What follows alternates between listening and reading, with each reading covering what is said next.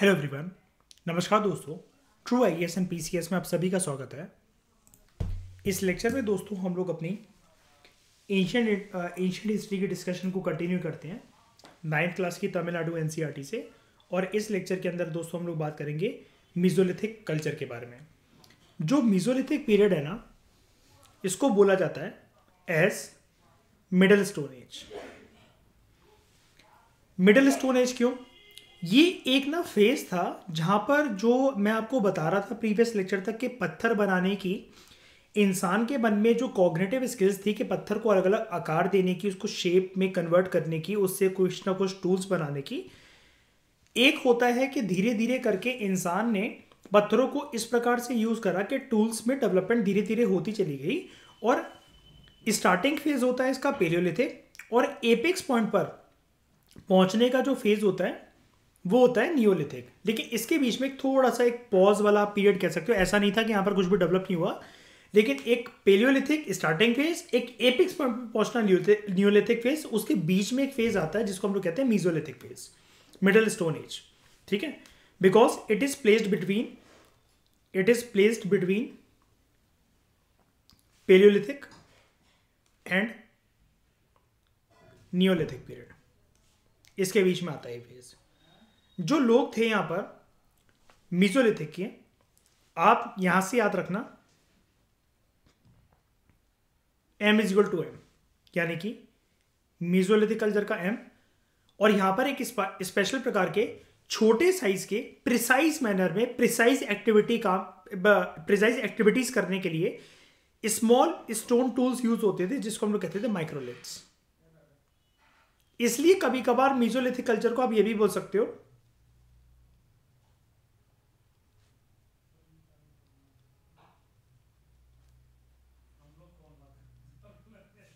Microlithic culture. Okay, ये इस जमाने के जो लोग थे, एक बेसिक क्वेश्चन ये भी बन सकता है, आप इसको भी याद रखना, दीज वर हंटर गैदरर्स।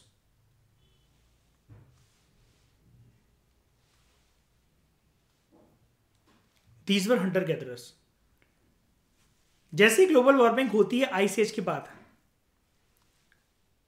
तो क्या हुआ? पहले तो लोग इधर उधर उतना ज्यादा जाके ट्रैवल करते नहीं थे, सेटल होते नहीं थे, हर जगह बर्फ ही बर्फ थी। ग्लोबल वार्मिंग हुई, बर्फ पिघली, अलग अलग कॉन्टिनेंट्स के अलग अलग रीजन्स में जाने के लिए रास्ते खुल गए। लैंड सरफेस ढक जाता है बर्फ के टाइम पर। वो लैंड सरफेस ब्राउन कलर की मिट्टी की जमीन ऊपर आने लगी, दिखने लगी, क्योंकि अब बर्फ रही नहीं। तो with the global warming occurring after the ice age, ये इधर से उधर जाने लगे and they occupied various ecozones. लोग यहां पर फिर सेटल होने लगे कोस्टल एरियाज में, हिली एरियाज में, नदियों के पास, या ड्राई रीजन में। ड्राई रीजन से यहां पर राइटर का मतलब है डेजर्ट वाले इलाकों में।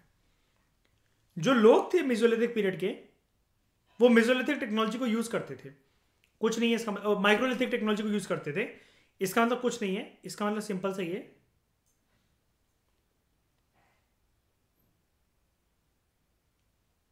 स्मॉल साइज के टूल्स यूज करना फॉर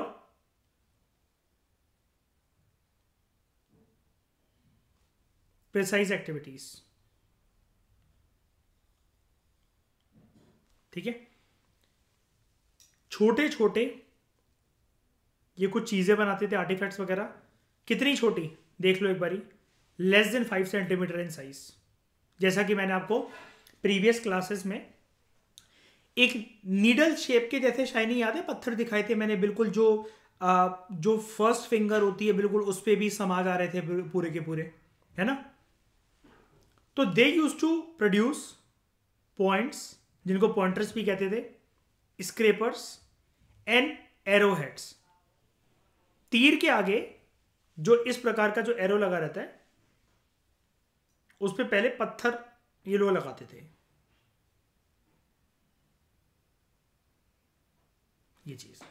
ठीक है, they also use geometric tools such as lunettes, triangles and trapeze. ये जो टूल्स थे वही सेम चीज़ है जैसा कि अभी तक हमारा लेक्चर जो चला रहा है, किसी एक लकड़ी के डंडे पर या बोन की हैंडल पर यूज ये लोग करते थे।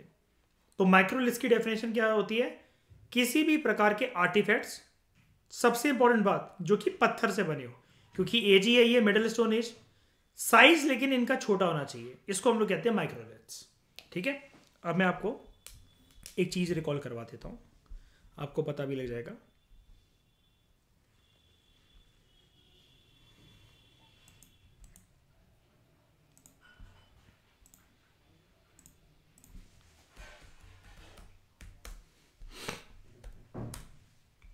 ये लूनेट टूल क्या होता है? छोटे से ये होगा सब कुछ माइक्रोलिथ ही, छोटे छोटे टूल्स ये ठीक है। ये लूनेट्स हैं बेसिकली। इनकी शेप अगर देखना चाहो तो ऐसी, मतलब ज़रूरी नहीं है कि आपकी एक उंगली पे ही समा जाए, छोटे होने चाहिए, और छोटे और होने चाहिए और प्रिसाइज होने चाहिए, लाइक दिस। फिर इसने क्या बोला हमें? वो पॉइंटर्स भी बनाते थे, ये देखो, एरो हेड्स भी बनाते थे, है ना? तो ये देखो, ये ये उस जमाने का एरो हेड, जितना वो बना पाए अपनी समझदारी के हिसाब से, ये उन्होंने बनाया। हंटिंग में तो उनके काम आ ही जाता था। ठीक है, कैसे यूज होता था ये देखो,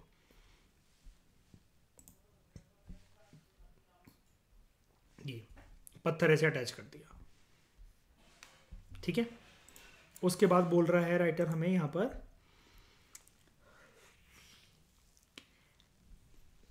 ट्रेपीज।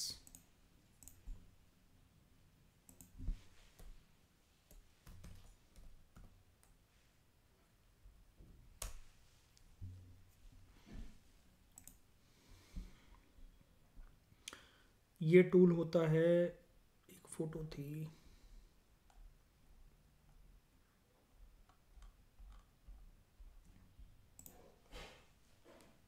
केरा, कुछ कुछ ऐसा टूल। शेप अलग अलग प्रकार की बदल सकती है, कोई प्रिसाइज, कोई उस ज़माने में कोई कंडीशन, कोई बाधा तो है नहीं।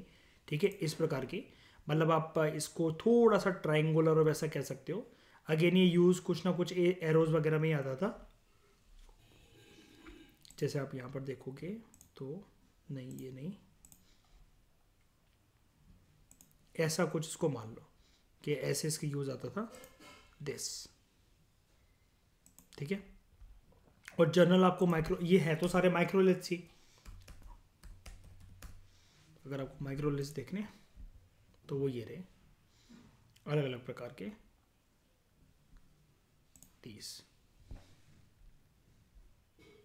ये, और छोटे से छोटे बहुत प्रिसाइज एक्टिविटीज करने के लिए ये सारे यहाँ पर, ये ठीक है। Okay, satisfied?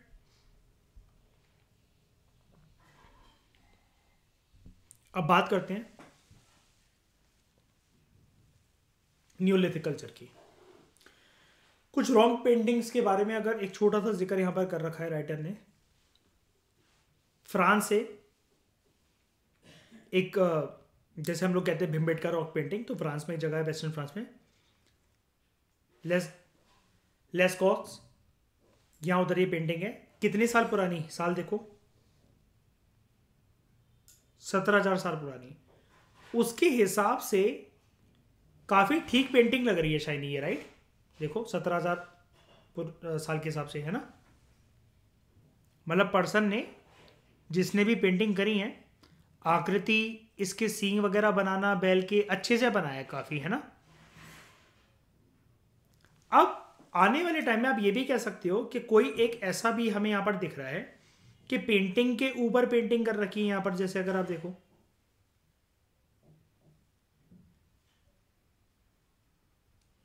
ये रेड कलर की ड्राइंग दिख रही है नीचे, पेंटिंग के ऊपर पेंटिंग कर रखी है किसी ने, जैसे आप इसको देखो,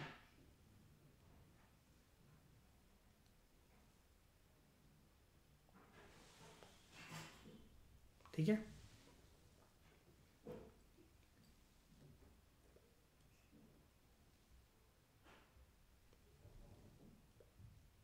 ये देखो, ठीक है। अब ऐसा कुछ नहीं कि इससे आपको कुछ सीखना है या ऐसे कोई क्वेश्चन आएगा, वो तो बस दे रखा था तो मैंने बता दिया। उसके बाद भिमबेटका रॉक पेंटिंग्स तो आप लोग जानते ही हो। यहाँ पर एक चीज़ याद रखना, कुछ एनिमल्स भी हैं और हंटिंग सीन्स भी डिपिक्ट हुए हैं यहाँ पर।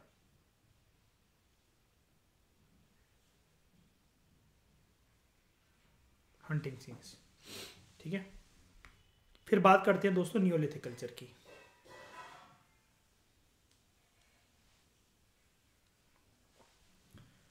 नियोलिथिक कल्चर का मतलब होता है न्यू स्टोन एज, ठीक है। और इसी के साथ साथ इंसान की शुरुआत होगी यहाँ पर एग्रीकल्चर की। ये वाली बात हम पढ़ चुके हैं 6th क्लास की एनसीईआरटी में भी और तमिलनाडु एनसीईआरटी में भी, ठीक है। जिस पीरियड को हम लोग नियोलिथिक कल्चर कहते हैं, नियोलिथिक पीरियड कहते हैं, यहाँ पर खेती बाड़ी स्टार्ट हो जाती है और इंसानों ने यहाँ पर कुछ कुछ जानवरों के साथ दोस्ती करना स्टार्ट कर दी थी। उन्होंने ये समझा कि जानवर यार मार के खाने वाली चीज़ नहीं है, हमारी रखवाली के भी काम आ सकते हैं, कुछ कुछ लॉयल है। कुछ ऐसे जानवर जो कि हमारे ऊपर खतरा पैदा कर सकते हैं हमारी गुफाओं में आकर, और वो आग से भी ना भागें तो हमें भागना पड़ेगा। लेकिन अगर हम रात को सो रहे हैं और किसी ऐसे जानवर को भनक लग गई कि हम गुफा में सो रहे हैं, तो हमें चौकन्ना करने के लिए, हमारे दरवाजे पे पहरा देने के लिए एक ऐसा चौकीदार होना चाहिए जो हमारा दोस्त हो, इंसान की फॉर्म में नहीं लेकिन जानवर की फॉर्म में। अब उनको मिले ऐसे कुछ कुछ एनिमल्स, जैसे उसमें से इंसान का सबसे पहला एनिमल दोस्त कौन था, एनसीईआरटी क्या बताती है हमें, है ना, डॉग। और उसका प्रिसाइज वर्ड कि वो क्या बोलते हैं, वो बोलते हैं wild ancestors of dog, right Misbah, wild ancestors of dog. अब ये वाइल्ड एंसेस्टर्स ऑफ डॉग का मतलब ये आपको एक चीज पता होगी ईशा, कि एनसीईआरटी में एक वो टीथ के एक साइंटिफिक एक्सप्लेनेशन से एक चीज समझाने की कोशिश करते हैं हमें, है ना। क्या बोलते हैं, जब भी दो चीज है कि कोई एक जंगली है, एक कोई भी जानवर है जो कि जंगली है, जो कि टोटल वाइल्डरनेस कंडीशन में रह रहा है, I repeat, total wilderness condition में रह रहा है, जंगली है वो, तो उसके जो बोन होते हैं, मांसपेशियां होती हैं और दांत का जो आकार होता है, वो उसमें कुछ हमें फाइननेस या रिफाइननेस देखने को नहीं मिलती। वेयर एज डोमेस्टिकेटेड जो होते हैं उनका बॉडी स्ट्रक्चर एक प्रिसाइज फॉर्मेट के अंदर डेवलप होता है, जो कि काफी ज्यादा स्टैंडर्डाइज लगता है, काफी ज्यादा एक ऑर्गेनाइज वे में लगता है। और ये बात हम दांतों से जान सकते हैं, है ना, क्योंकि डोमेस्टिकेटेड एनिमल का मिसबा आप ख्याल भी रखोगे, टाइम पर उसे खाना दोगे, है ना, उसके कोई कीटे, ये जो कीड़े वगैरह लग जाएंगे, कुछ काट लेगा उसे, अगर कोई शरीर पर, अगर मान लो कि अगर एक एग्जांपल दे रहा हूँ, मीठा खाने की वजह से अगर उसके कुछ भी दिक्कत हो रही है, तो इस चीज का आप ध्यान रखोगे, है ना। आप उसे सर्दी नहीं लगने दोगे, ज्यादा गर्मी नहीं लगने दोगे, खाने पीने का ख्याल रखोगे, शरीर पर कोई कीड़े वगैरह लग गए आप उसको हटा दोगे। तो इसकी वजह से धीरे धीरे चलते चलते आने वाले साल, जनरेशन जब बीतेंगी, तो हो सकता है वो एक ऐसी नस्ल को जन्म दे, ठीक है, जो उसका शरीर का जो हड्डी का जो ढांचा हो, जो हिस्से हो, दांत हो, वो ज्यादा ऑर्गेनाइज हो। तो डोमेस्टिकेटेड एनिमल्स जो है उनकी एक तरीके से इवोल्यूशनरी हिस्ट्री इस प्रकार से चेंज हुई थी कि उनका इवोल्यूशन होते होते उनके जीन्स चेंज हो गए और उनके एक प्रिसाइज मैनर के अंदर हमें एक ऑर्गेनाइज बॉडी एंड बोन्स का फॉर्मेट देखने को मिलता है, जो कि विजिबल है टीथ की फॉर्मेट में। This is scientific evolution, nothing else, right. यही देती है एनसीईआरटी में एक्सप्लेनेशन कुछ इसी प्रकार की, जिसको आपने मेरा लेक्चर देखा होगा तो उस पर मैंने यही एक्सप्लेन करा हुआ है। बताओ, देखा हुआ है ना। बड़े भी होते हैं, हाँ, मतलब वो एक तो जंगलीपन है ना, क्योंकि उनके अंदर इसलिए बड़े होते हैं। जैसे एक बात बताओ, जैसे किसी को भी इमेजिन कर लो, जो सड़क के कुत्ते होते हैं जैसे, है ना, तो कैसे वो गंदे गंदे से ऐसे ही फिर रहे होते हैं, लेकिन घर का जो कुत्ता होता है उसके आप बाल देखो, इतने सॉफ्ट होंगे, शाइनी होंगे, है ना, और चमकेंगे आप, क्योंकि उसको डॉक्टर के पास लेकर जाओगे, कीड़े नहीं लगने दोगे, टाइम टू टाइम इंजेक्शंस वगैरह लगवाओगे, ये चीज़ है ना। तो it is an important phase in the history. Early evidence of the Neolithic period is found in the fertile reason of Egypt and Mesopotamia. अब इसको क्रिसेंट क्यों बोला गया है, अगर आप इसको मैप पे देखोगे it looks like a crescent shape. हमने क्रिसेंट वर्ड जो है वो ज्योग्राफी के अंदर पढ़ा था, क्रिसेंट शेप के सैंड ड्यून्स। क्रिसेंट शेप क्या होती है अर्पित, हाफ चंदा मामा,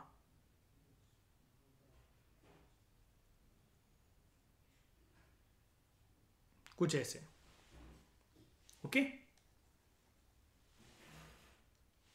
तो हमें इसके अर्ली एविडेंसेस कहां देखने को मिलते हैं? Early evidence of Neolithic period, again NCERT के बियॉन्ड जाकर ईशा आपको एक ये फैक्ट बता रहा है, इन इजिप्ट एंड मेसोपोटामिया। उसके बाद इंडस में भी। ऐसा क्यों? ऐसा क्यों? बेसिकली अगर हम यहां पर बात करें, ये सारे के सारे क्या दिख रहे हैं? और Gangetic valley and in China.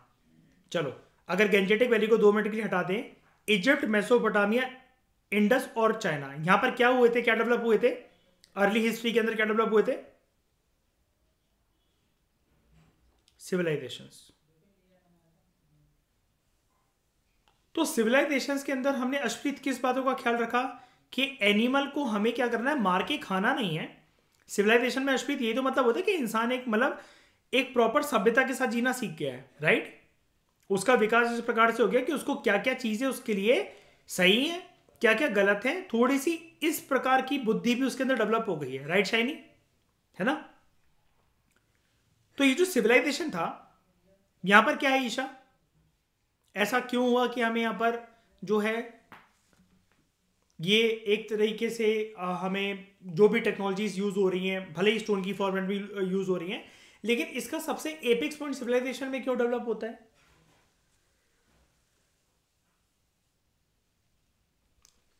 यह सिविलाइजेशनल हिस्ट्री में क्यों डेवलप होता है? देखो, इसका आंसर थोड़ा सा अपोजिट है। इसका आंसर पता है क्या है? ध्यान से सुनना, this you can use in answers also, और एक्सप्लेनेशन देने के लिए। मिसबा, हमें बोलना वैसे ऐसा चाहिए ना कि धीरे धीरे करते करते जैसे स्टोन टेक्नोलॉजी में इंसान की महारत होते हासिल होते हुए चली गई, आगे आगे वो बढ़ता चला गया। तो ये स्टोन टेक्नोलॉजी एक बहुत बड़ा रास्ता थी जिसकी वजह से अल्टीमेटली इंसान जो सिविलाइजेशनल हिस्ट्री एंजॉय कर पाया वो इसकी वजह से कर पाया, है ना? क्योंकि बड़ी सारी चीज़ों की सहूलियत क्या होती है, उसकी यूटिलिटी क्या होती है ना? हंटिंग गैदरिंग से एक एग्रीकल्चर, एक सेटल्ड लाइफ बिताना, ये सारी की सारी चीज़ें धीरे धीरे करते इंसान के अंदर जब एक स्किल्स डेवलप होती चली गई जनरेशन बाय जनरेशन। और सबसे इंपॉर्टेंट कौन सी स्किल्स हाईलाइट कर रखी है इस चैप्टर में? आपको क्या बता रखा है? Cognitive skills. कॉग्निटिव स्किल्स मतलब शाइनी क्या? सोचने समझने की क्षमता। इसका मतलब क्या अश्प्रीत? बुद्धि आ रहा, जिसकी वजह से इंसान ने अपने जीवन को कठिन रास्तों से जाते हुए और आसान बना लिया अपने रहने के लिए। और अश्प्रीत हम जानते हैं जैसा कि इंडस रीजन का तो कहना ही क्या है ना, काफी काफी काफी काबिले तारीफ है वो चीज। हमें ऐसी ऐसी चीजें देखने को मिलती हैं। अश्प्रीत, याद है मैं 12th में वाइवा दिया था तो आपने उस एग्जामिनर के सामने बोला था, मुझे याद है कि आज की जिंदगी में हमारी कैसे हम फॉर ग्रांटेड ले लेते हैं और ये डिटरमाइंड है हड़प्पा से, इसका लिंक है, याद है? तो हमने उसके अंदर बातें करी थी, वो साबुन, लूफा, सिंदूर, है ना, इन सब चीजों के बारे में।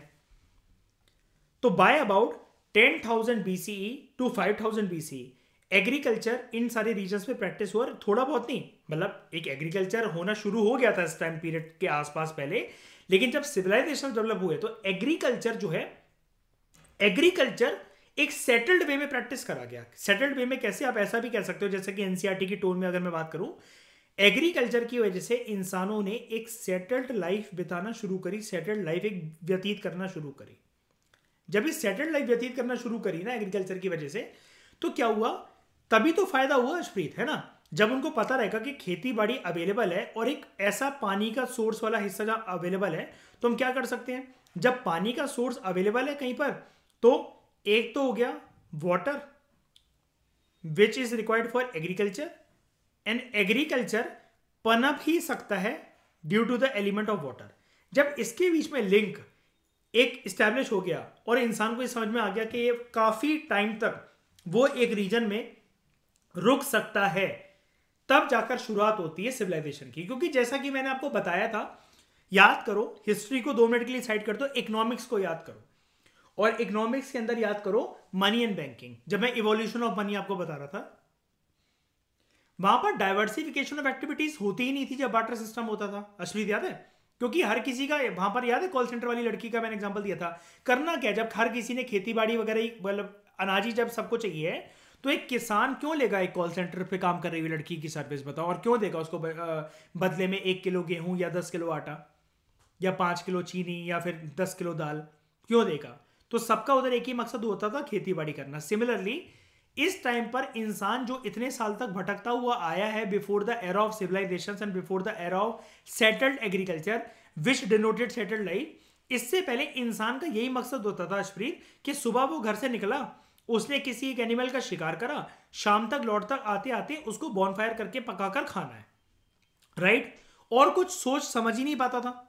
जैसे अशप्रीत मान लो कि आपका पूरा दिन ट्रैवलिंग में ही जाते जा रहा है, महीना ऐसा हो गया, 1.5 महीना ऐसा हो गया, तो आप अपनी लाइफ में कोई एक नई यूटिलिटी की चीज कैसे ऐड कर सकते हो बताओ? पॉसिबल ही नहीं है ना अशप्रीत, बताओ हाँ कि ना, है ना। तो ऐसे ही ये चीज है।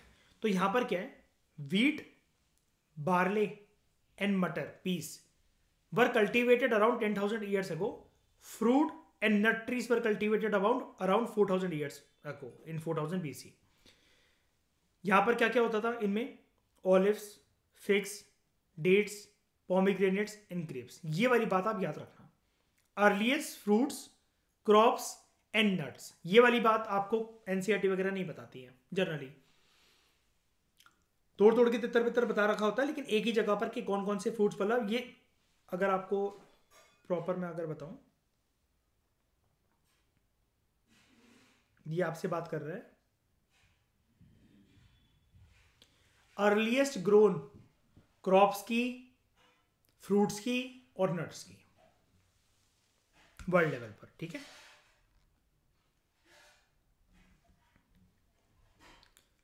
फर्टाइल क्रिसेंट रीजन की बात हो रही थी। देखो इस एनसीईआरटी की ब्यूटी यही है कि जिसका भी ये जिक्र करता है तो उसको एक्सप्लेन करता है। जैसे इसने बोला कि हमें बोला न्यूलिथिक पीरियड जो है वो फर्टाइल क्रिसेंट रीजन जो है इजिप्ट के, मेसोपोटामिया के, इंडस के, गेंजेटिक वैली के और चाइना के, वहाँ पर फाउंड होता है, ठीक है। तो बाकी 4 जगह तो सिविलाइजेशन था। और गेंजेटिक वैली में अशप्रीत और शाइनी याद होगा आपको, इंसान ने क्या करा था, फॉरेस्टेड रीजन हुआ करता था, इसको काट काट के बाद में चलते जैसे साल आगे बढ़े तो एग्रीकल्चर लैंड में कन्वर्ट कर दिया था ऐसे, है ना। मतलब ओवरऑल अगर हम जमाने में आगे बढ़ जाए, है ना। और ये जो गेंजेटिक वैली है उसके अंदर एक मेजर रीजन इसका क्या था, क्या मुझे कोई बता सकता है कि फॉरेस्ट रीजन्स का एग्रीकल्चर में कन्वर्ट हो जाना मेजर रीजन, सबसे ज्यादा प्राइमरी रीजन के नहीं नहीं नहीं, वो तो पहले भी हो रही थी। इस जमाने में हो जाएगा इंडस्ट्रियलाइजेशन?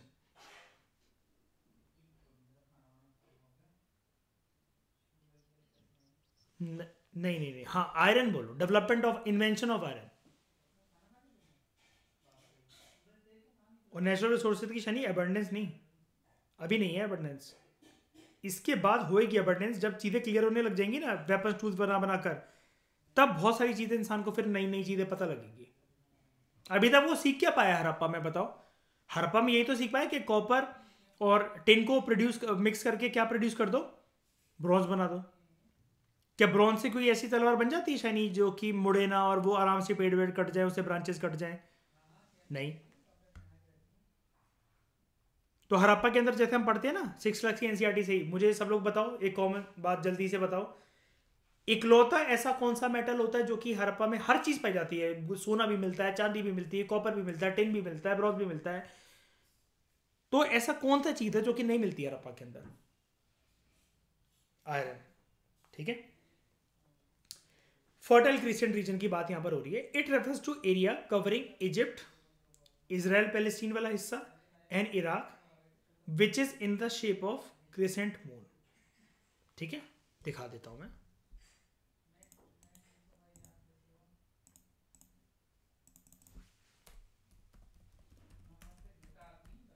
फर्टाइल क्रिसेंट रीजन, ये देखो, ये वाला जो हिस्सा है ना, ये अब नाइल इजिप्ट से जाती है, ये होते होते अगर आप इसको ऐसा मान लो, इस हिस्से को ऐसा मान लो, ठीक है। मैं एक बार के लिए आपको बता भी देता हूँ, जस्ट अ मिनट।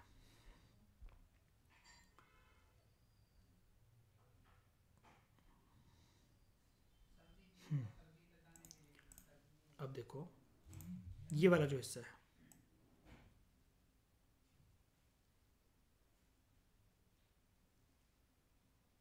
ठीक है, ये क्रिसेंट शेप,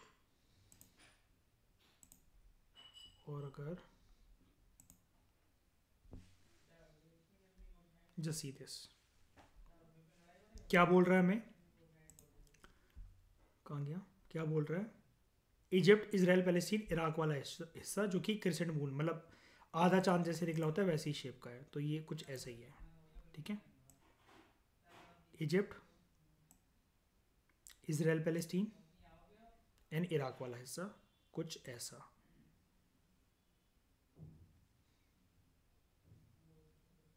वो छोड़ो, सिविलाइजेशन का नाम देखो कौन सा है यहाँ पर? मेसोपोटामिया। और हम जनरली क्या कहते हैं, हमारा रूल क्या कहता है कि यहाँ पर क्या चीज़ आई थी, मतलब कौन सी रिवर जो थी? एक टाइग्रिस, एक एक सेकेंड, टाइग्रिस और यूफ्रेट्स। जैसे फटाफट मुझे रिकॉल करवाओ, इंडस वैली सिविलाइजेशन कौन सी नदी के किनारे? इंडस। इजिप्शियन सिविलाइजेशन कौन सी नदी के किनारे? ये देखो, ये रही नाइल। ठीक है, मेसोपोटामियन सिविलाइजेशन कौन सी नदी के किनारे? Tigris plus Euphrates. ये रही टाइग्रिस और ये रही यूफ्रेट्स, 1 2। और चाइनीज सिविलाइजेशन कौन सी नदी के किनारे? यांगसे। ओके, ये चीज़ समझ में आ गई आप सबको? ये रीजन मुझे आपको दिखाना था, मैंने दिखा दिया। फर्टाइल क्रिसेंट कहते हैं इसे, ये जो ग्रीन वाला हिस्सा है देखो यहाँ पर मार्क्ड भी है, ये के ग्रीन वाले हिस्से को हम लोग कहेंगे फर्टाइल क्रिसेंट, ये रहा। ओके, वापस आते हैं।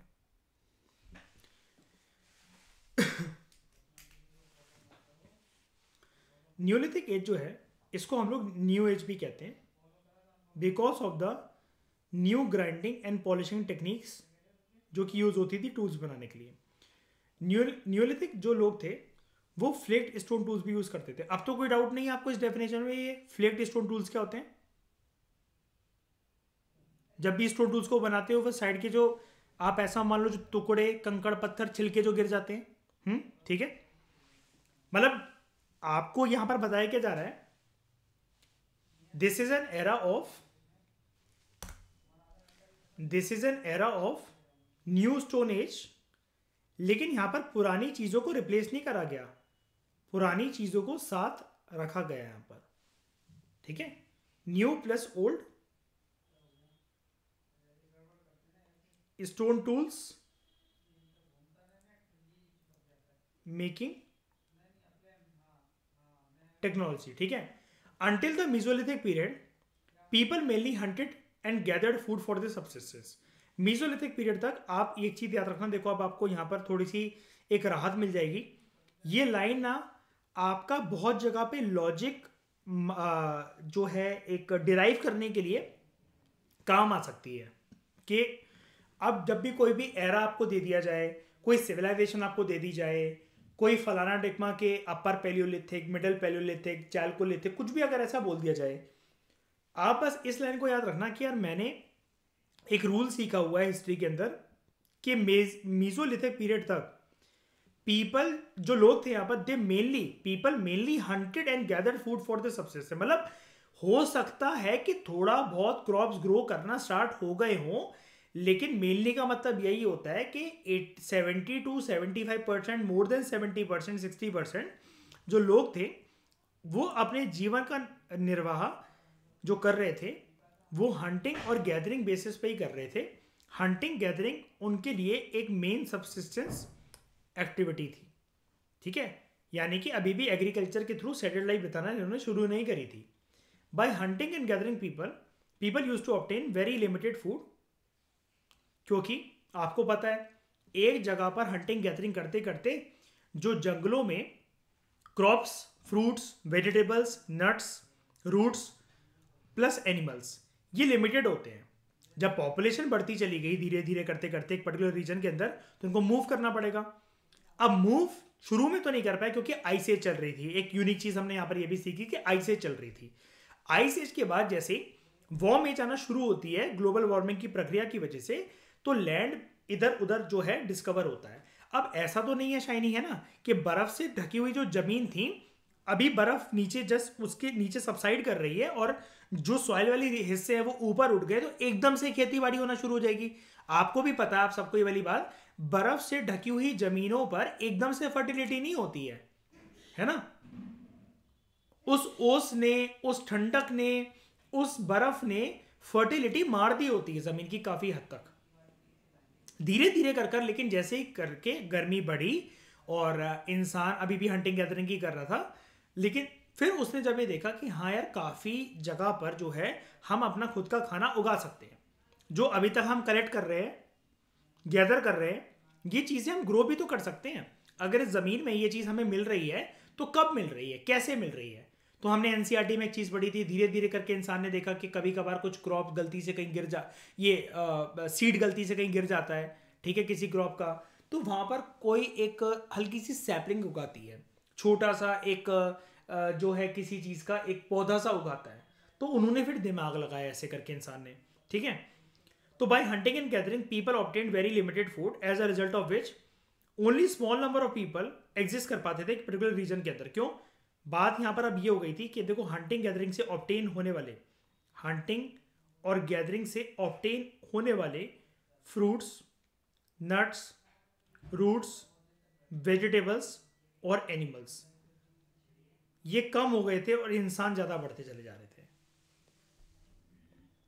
अब क्या हुआ, इन्होंने ये सोचा यार खेती बाड़ी करते हैं और सारे जानवरों को एक रीजन के मार के नहीं खाएंगे, कुछ कुछ की हम रेयरिंग करेंगे। उस जमाने के अंदर ना रेयरिंग ऐसे होती थी। अब जैसे क्या होता है कि आज के जमाने में अगर कोई रेयरिंग कर रहा है, तो अगर मान लो कि वो मुर्गियों को रख रहा है, उसका ये पर्सन आज के जीवन में जमाने में नहीं हो सकता पर्सन का कि हम टाइम पर जो है इसका चिकन बनाकर खा जाएंगे। वो ये जानता है कि मुर्गियों को रखने का ये फायदा है, एक बार तो ये मुर्गी मर के हमें चिकन तो दे देगी, उससे कोई फायदा नहीं है। इससे काफी ज्यादा लंबे समय तक हम अंडे जो है उसकी मार्केटिंग कर सकते हैं, उससे पैसा निकाल सकते हैं मुर्गी से मिलने वाले अंडों की। तो या फिर हम ऐसा भी कर सकते हैं कि मुर्गियों को बहुत ज्यादा बल्क अमाउंट में पैदा करें, इनके चूजे पैदा करें, चूजे होने के बाद थोड़े से जैसे वो बड़े हों तो मुर्गों को बेच दे कसाई खाने में, ठीक है, फॉर ऑब्वियसली बात है डिमांड फॉर चिकन। लेकिन यहां पर इंसान को अब ये लगा, जब एक पर्टिकुलर रीजन में एनिमल्स लिमिटेड होते जा रहे हैं, तो उनको ये लगा हमें ना किसी किसी एनिमल्स की डोमेस्टिकेशन की जरूरत है, हमें उनको दोस्त बनाना पड़ेगा। और इंसान ने इसी के चलते अपना सबसे पहले जानवर को जिसको दोस्त बनाया वो था वाइल्ड एंसेस्टर ऑफ डॉग। और कुछ कुछ उनको लगा कि हमें प्लांट्स को भी कल्टीवेट करना पड़ेगा। इसकी एक्सप्लेनेशन मैंने आपको दी थी, लॉजिकल एक्सप्लेनेशन के। डोमेस्टिकेशन वर्ड का मतलब सिर्फ एनिमल नहीं होता है, डोमेस्टिकेशन वर्ड का मतलब पेड़ पौधे भी होते हैं। और ये एनसीईआरटी में 6th क्लास में, north Indian NCERT as well as south Indian जो तमिलनाडु बुक है उसके अंदर भी मैंने समझा रखा है आपको, ठीक है। Which led to production and supply of large quantities of grains and animal food. अब क्या हुआ, धीरे धीरे करते करते इंसान को यह समझ में आया कि अगर खेती बाड़ी अगर अच्छे से करनी है तो पानी की आवश्यकता पड़ेगी। तो उन्होंने ये देखा, ये रिवर बैंक्स के किनारे जो मिट्टी है ना वो काफी फर्टाइल होती है, और नदियां जब पहाड़ से उतरती हैं तो वो, अब ये हालांकि ये वाली टर्म्स तो बाद में आएंगे, fresh alluvial deposit, sedimentary deposits, लेकिन उस जमाने के अंदर जो इंसान को जो मिट्टी दिख रही थी कि हाँ यार ये मिट्टी जो है जब भी नदियां इसको लेकर आती हैं ये बार बार रिफ्रेश कर देता है एक रीजन को, ठीक है। People prefer to live on river banks, क्योंकि यहां पर खेती बाड़ी का चलना बहुत आसान था। Kind of it was a natural irrigation for the agriculture at that time because of continuous supply of water and fresh sedimentation, fresh alluvial deposits which were brought by river. अब जब अब ध्यान से सुनना, जब इंसानों ने जिस जिस दुनिया की जिस जिस जगह पर इस प्रक्रिया को देख लिया, टेस्ट कर लिया, मैं फिर से रिपीट कर रहा हूं, इंसान ने जब जब जिस जिस एरिया के अंदर इस प्रक्रिया को, कौन सी प्रक्रिया को, कि खेती बाड़ी उस एरिया में बेटर हो पाती है जहां से रिवर, पानी वगैरह कंटिन्यू सप्लाई में अवेलेबल हो, और वो अपने साथ कुछ ऐसे एलुवियल और सेडिमेंट्री डिपॉजिट्स लेकर आ रहे हैं जिसकी वजह से हमारी खेती बाड़ी पनपती है। जिस जिस जगह में इंसान ये प्रक्रिया समझ गए उस जगह पर वहां पर इंसान सेटल हो गए। And this was one of the major reason कि रिवर्स की वजह से सिविलाइजेशन कैसे पनपते हैं। ये क्वेश्चन आपसे पूछा हुआ था हमने जब डू यू नो या फिर समथिंग कुछ हम बॉक्स पढ़ रहे थे 6th क्लास की तमिलनाडु के अंदर, राइट, कि रिवर्स ने कैसे डेवलपमेंट करवाया सिविलाइजेशन का। पढ़ा है क्या किसी ने? है ना, मिसबा पूछ रखा है ना 6th क्लास के अंदर ये वाला चीज, उन्होंने एक बॉक्स बनाकर, है ना। तो as a result of domestication and cultivation of plants अब फूड प्रोडक्शन की उनको एक्सेस होने लग गई, यानी कि अब उनकी जिंदगी में ठहराव कैसे आ गया, अब वो नोमैटिक नहीं रहे, क्या हम ऐसा बोल सकते हैं? अब वो नोमैटिक नहीं रहे, नोमैटिक से अब वो क्या बन गए, सेटल्ड लाइफ बताने लग गए हैं, ठीक है।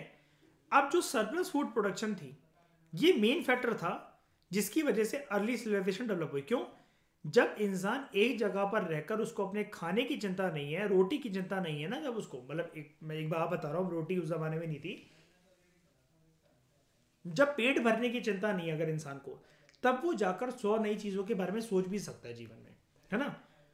तो 100 बातों की एक बात, परमानेंट रेसिडेंसीज वर बिल्ड और बड़े बड़े गांव जो है वो इमर्ज हुए। हैंस इस पीरियड को हम लोग कहते हैं नियोलिथिक रेवोल्यूशन।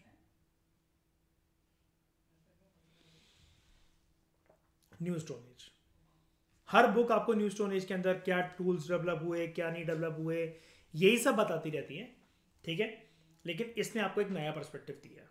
अब देखो क्या है, लॉजिकली वैसे तो हमारे चैप्टर खत्म हो गए, लॉजिकली वैसे हमारे चैप्टर खत्म हो गया, लेकिन अब तमिलनाडु की बुक है तो मद्रास के बारे में भी कुछ ना कुछ इसको बकना ही है। लेकिन हम जो अगर इसको छोड़ मतलब सोचे ना कि हम इसको छोड़ देते हैं आगे वाले उस चीज़ों को, तो ऐसा नहीं है। ऐसा इसलिए नहीं है, पूनम दलाल दहिया की जो बुक और ऑक्सफोर्ड की जो बुक है जो कि हमें हायर स्टैंडर्ड में पढ़ेंगे, उसमें वो बुक की जो शुरुआत होती है प्री हिस्टोरिक एज से, वो इसी पर्सन के नाम के साथ होती है, दोनों की दोनों बुक्स। रॉबर्ट ब्रूस फूड, इन्होंने पलावरम हैंडैक्स को फाउंड करा था सबसे पहले, अर्लीस्ट टूल। तो यहाँ पर हमें बहुत चीज़ें ऐसी मिलेंगी, जैसे बेसॉल्ट रॉक्स कहाँ कहाँ पर थे। अब वो कुछ कुछ जगह हैं जो कि वो साउथ इंडिया से कनेक्ट करते हुए लाएगा, लेकिन हमें आगे की चीज़ पढ़नी पड़ेगी मेजर इस चीज़ के लिए। जितना भी हमने चैप्टर पढ़ा होगा और उसके आगे की चीज़ें, ये सारा का सारा हमारा वाइंड अप कर देगा, पूरा का पूरा। बहुत अच्छी अच्छी चीज़ें, और आपको पता होगा हम एनसीईआरटी वगैरह में हमने ये सब चीज़ें पढ़ी थी, मैनहिर पढ़ा था, डॉल्मेन पढ़ा था, है ना। इसमें और भी चीज़ आपको मिलेंगी कि गाड़ने की जो प्रक्रिया थी, इंसान को जब गाड़ा जाता था तो वो कैसे गाड़ा जाता था, ठीक है। और ये जाते जाते आपको आयरन एज के बारे में भी बता देगा। हाँ ये रहा आयरन एज, मेगालिथिक पीरियड। तो आपके सारे जितने टाइम पीरियड्स हैं ना, वो एक ही जगह पर कवर हो जाएंगे। नाम सिर्फ लिखा हुआ है प्री हिस्टोरिक इन तमिलगम, तो कई लोग ये सोचे सिर्फ तमिलनाडु के बारे में। हाँ थोड़ा बहुत है, काम का वैसे भी नहीं है ज़्यादा, लेकिन उसके बाद की जो चीज़ें आगे पीछे लिखी हुई हैं वो काम की हैं, जिसको हम देखेंगे अगले लेक्चर में। तो thank you very much for discussion.